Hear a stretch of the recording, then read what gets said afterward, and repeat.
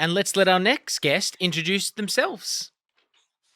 Hi, my name's Aaron King. I'm the father to a daughter with cerebral palsy, Aria King, and she's also a twin to Hunter, and she's also got an elder sibling, Ella.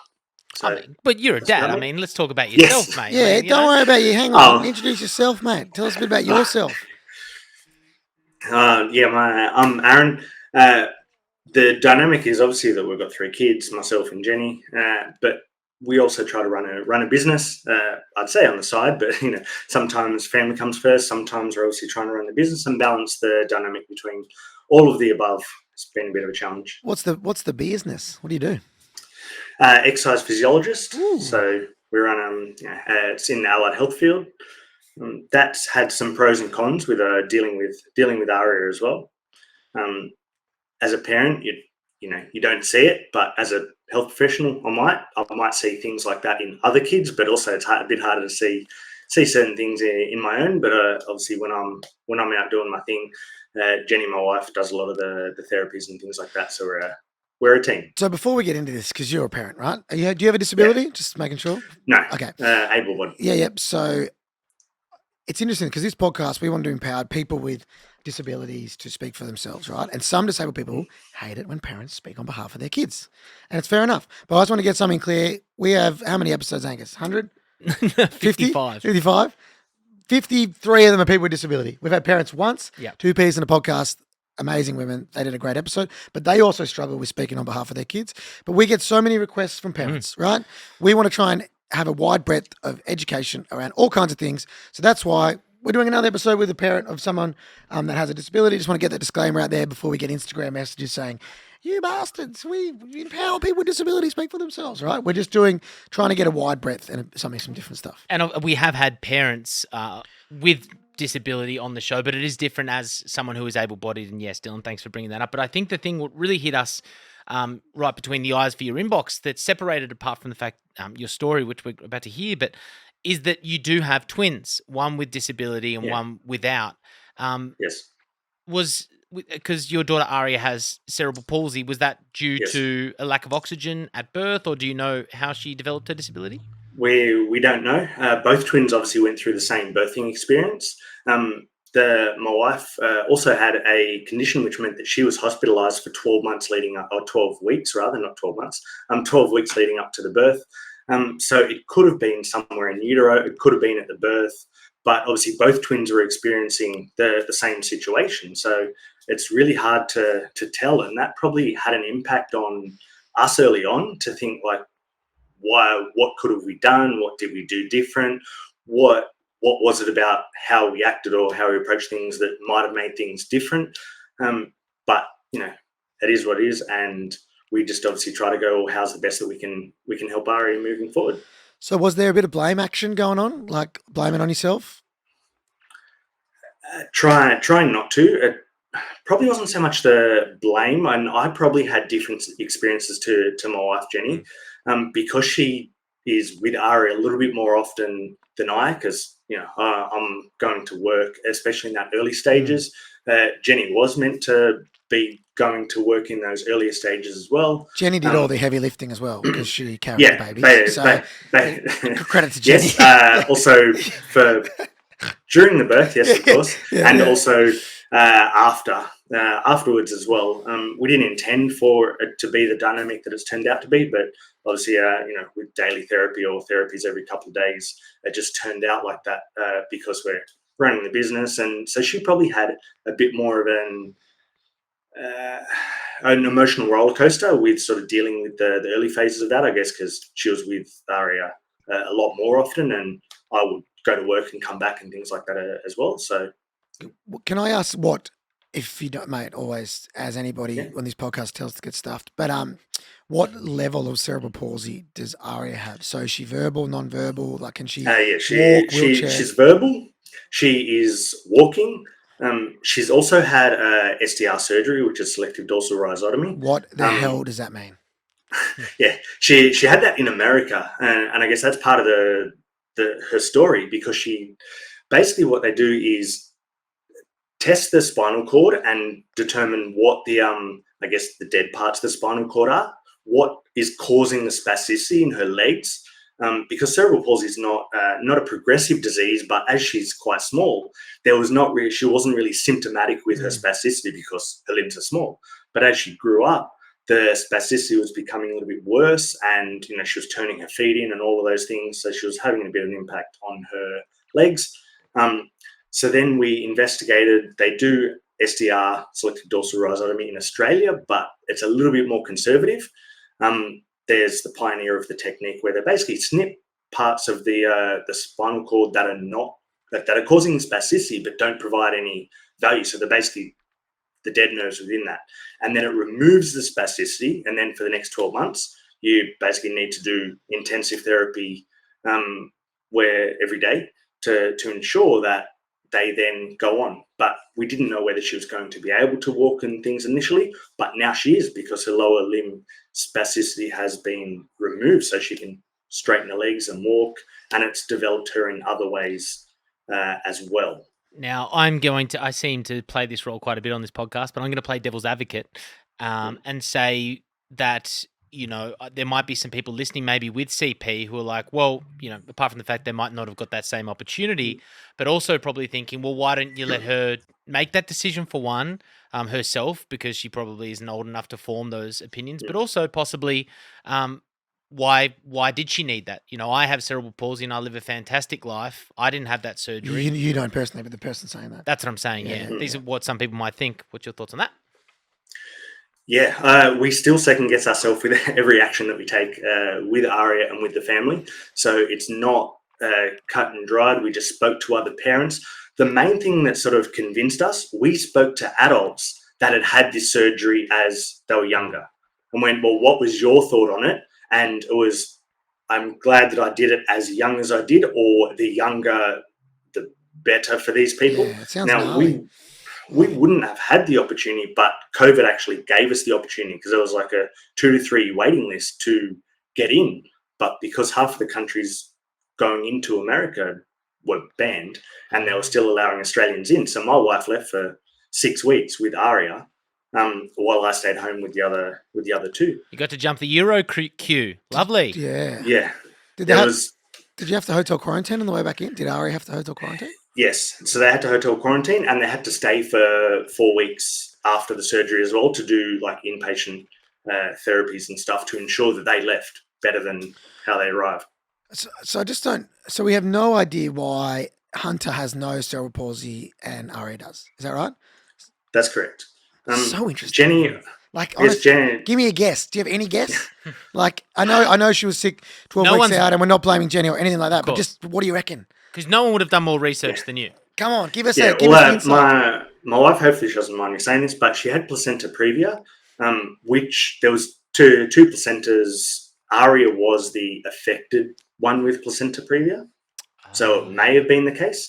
It's a purely luck of the draw. Placenta previa is where placenta is low, and it causes some issues, and Jenny was basically bedbound. That's the result for 12 weeks. The placenta being Protects where the baby? your nutrients, Yes. the amniotic fluid, Okay. everything that protects that baby is in the placenta. If you would ask Angus that question 2 years ago, he'd have no idea. Zero But he just had a idea. baby, so now he's Wow. a baby expert. I'm all over it. Because my face, I was like, "What are you? I don't know what you're talking about." Yeah. So, Yeah, so that, but at the end of the day, we've tried to rack our brains with that, and I don't think it helped anyone, including Aria, to think, well, why has it happened, other than it is, whatever it is, we can move forward because we can control what we can control and try our best to let go of what we can't. Mate, so I don't know if you know my story, but I was born with a tumor wrapped around my spine. Mum and dad had no idea. Born like, it's not my mum's fault or my dad's fault. Mum had like a cold or a flu during it. Like, they got no idea. Who cares? You know, like, it's just what happens. You can't, as you said, control what you can control. And there's, I'm sure I know my parents went through like, what did we do? What happened? But there's nothing you can do about it. It's just part of life, you know? A good part of life, I like to think. Yeah, absolutely.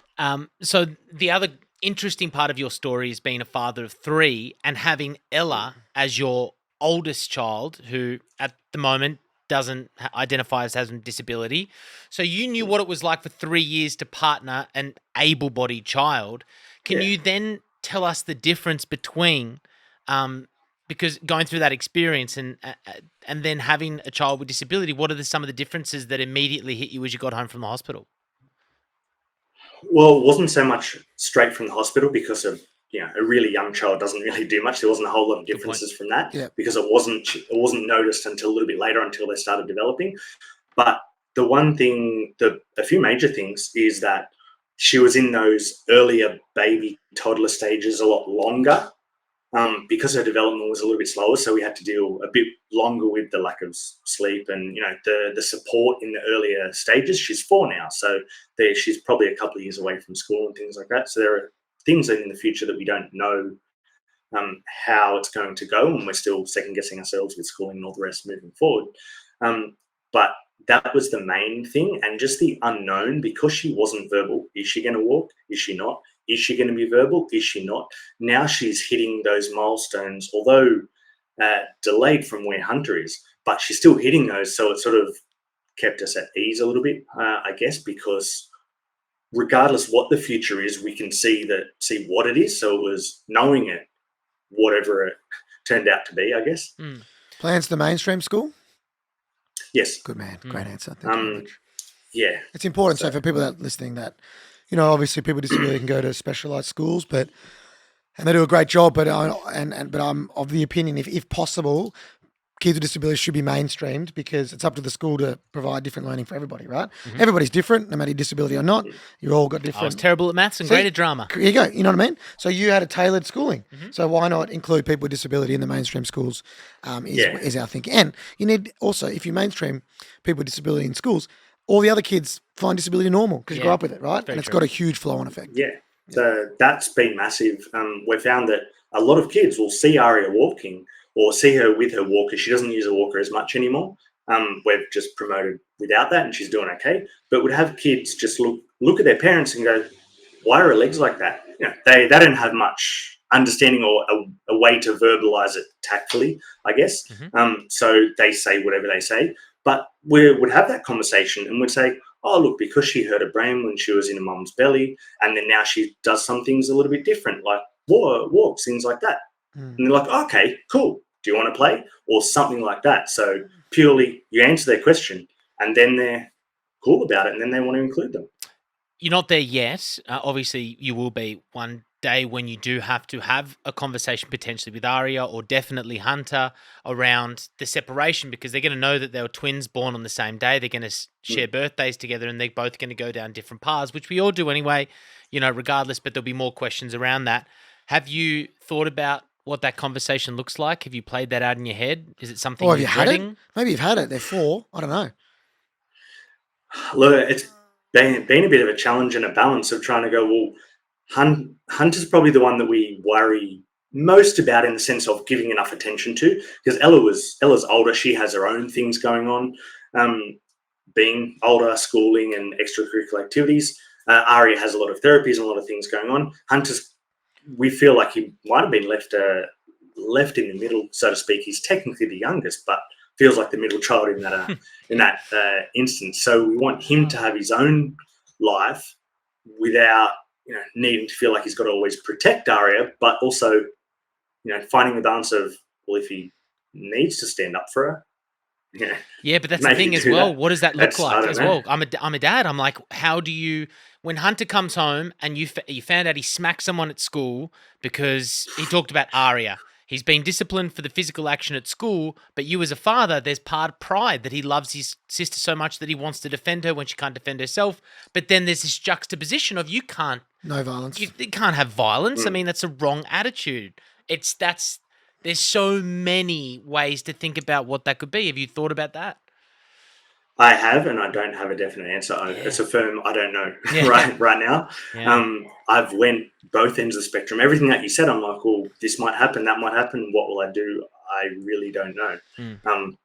Are you gonna wrap Aria in cotton wool? Do you worry about her more than the other kids?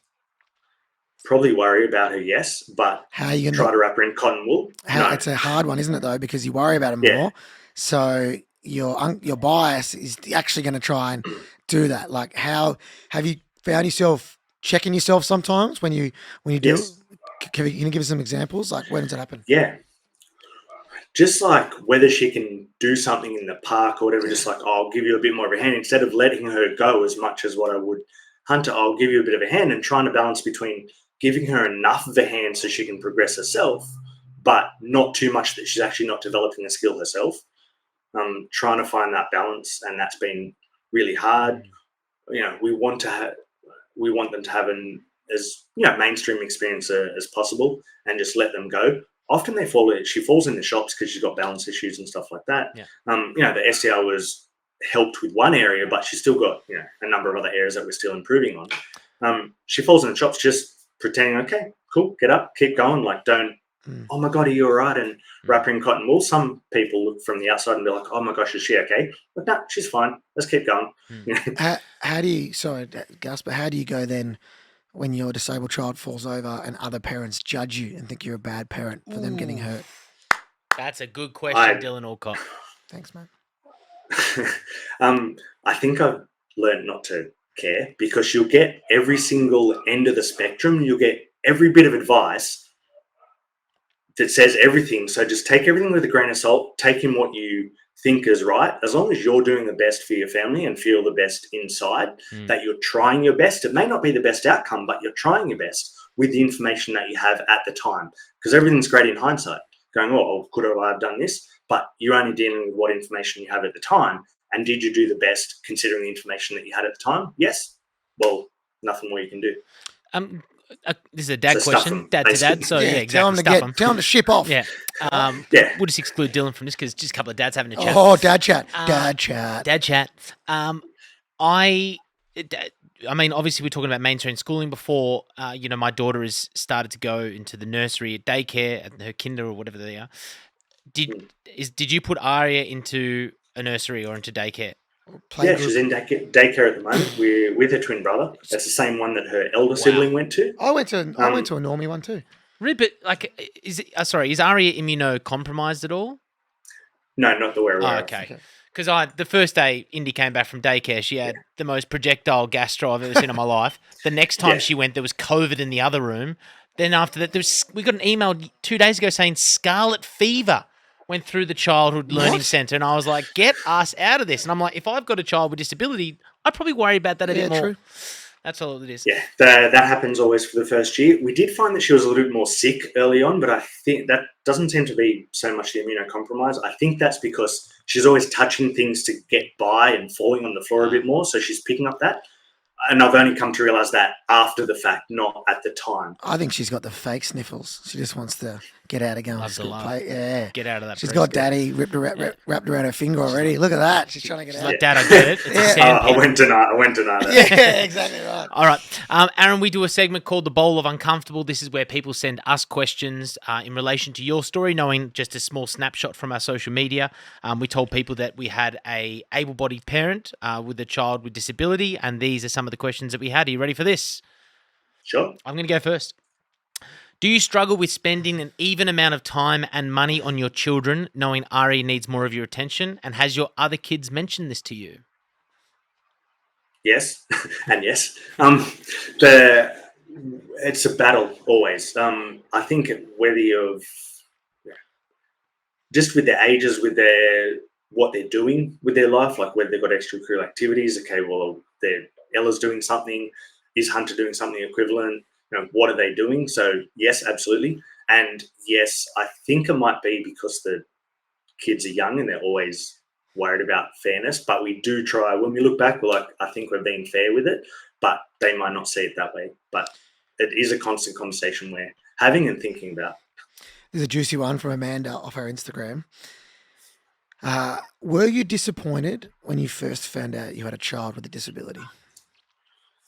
I wouldn't say disappointed. I would be anxious, worried, concerned, unknowing about the future and just what it holds. So the unknown was the biggest fear of. I wasn't disappointed because it is what it is, and I don't think I can be disappointed because I'm not the one living that life. Like I shouldn't worry too much because I'm doing it right. Were you flat for Aria that she was going to have to live a disabled life? Oh, that's a hard one, mate. That's why we get over 1 million downloads, mate. yeah, I it was hard, and we did think so much about her future and what she was going to go through and how it was going to affect the dynamic. I was probably more worried about how it's going to affect the other kids and what they were going to go through, because I guess I'm more worried about my kids than myself. I'm an adult and I can probably deal with a lot more. So just follow up from me. Are you still flat for Aria that she has to live a life with disability? No. Great answer. When did you get to that point? When there was some clarity about what her future might look like, when there was the diagnosis she got when she was under 1 year old, but we were told that it was going to moderate to severe brain damage because there was a lot of broad areas that were affected. But looking at her, we thought, she was going to be mild. So that hit us quite a bit. Obviously, they're just speaking in medical terms of what it looks like. But then when she's interacting with her brothers and sisters, peers, she's got friends at daycare, and she's verbal. They were sort of boxes that we could tick, like, you know what, I think she'll be okay and we'll be okay, and her brothers and sisters will also be okay because we've accepted where she's at, but not accepted where she'll be because we want to be able to push her to go as far as she can. And our final bowl of uncomfortable, this is an anonymous, it came from Instagram as well. Would you judge another parent who gives up their child with disability at birth to adoption? Well, geez, they all are hard ones. I'd want to know more about the circumstance. I just think going straight on disability, like, are they giving it to someone that they're still, their grandparents are looking after them? Initially, I'd say probably I would. Like, I can't see myself, regardless where Aria was, I couldn't see myself ever giving up because my wife's giving birth to them. That's my child. That's my flesh and blood. I couldn't ever see doing that. So I could say that I don't know their circumstance. I might not, but I probably would initially until I learn a bit more. There's a photo of your kids here, mate. They're bloody cute as well. Congrats. I've got a little photo. Take after my wife, I guess. They're bloody cute, mate. So you got a great little family. I love how happy they all look together. So they got good parents, mate. Congrats. And obviously it's a bit scary coming on a podcast talking about disability when you haven't got one yourself. And we appreciate you being so open, brother. That's okay. I was worried about that, going, well, I don't want to be ableist and things like that. But there are going to be other parents out there that are worried about, how they approach things like that. But we didn't know everything now. And I guess the one thing that I wish I did know was where to find help, or what other parents are like me that I can ask questions to, because we had no one, and we just basically went online and went, well, where are these people hanging out? And ListenABLE podcast was the first answer. Yeah, go to our podcast. That might help. But I'm serious. There still isn't that many resources. No. Like, I'm with you. Like, my dad said it best when I was interviewing him for my book. He's like, mate, Google. There was no Google back then, but like, where's the manual? Like, give us anything, and there's just nothing. It's just like, good luck. So he picked up a How to Parent Disabled Children for Dummies, and Dylan turned out. We should write it. But mate, as I said, you're probably going to help a lot of people in similar situations. So thanks for coming on. And when Aria is in 14 years' time, when she's 18, she can come on our podcast and speak on her behalf as well. What do you reckon? That's right. I'm sure she might have some different opinions. I was actually thinking about that before, thinking, look, I might say something, but she might have a different opinion in 10 or 15 years. But I'd be interested to see how she goes with it. Play her the episode, and then if she has a different opinion, send us the voice memo saying, Dad doesn't know what he's talking about. All right, that'd be great. They like watching this on YouTube, so I'll play it for them. Hey kids, by the way, if you're watching. Get out, Aria. All right. Hey Hunter, hey Elle. Make sure you follow at The King's Life TV, and that is not some, royalty reference, of course, Aaron King. Thank you very much for being part of our podcast. No problem. Appreciate you having me. Thanks, Ledge. Thanks, brother.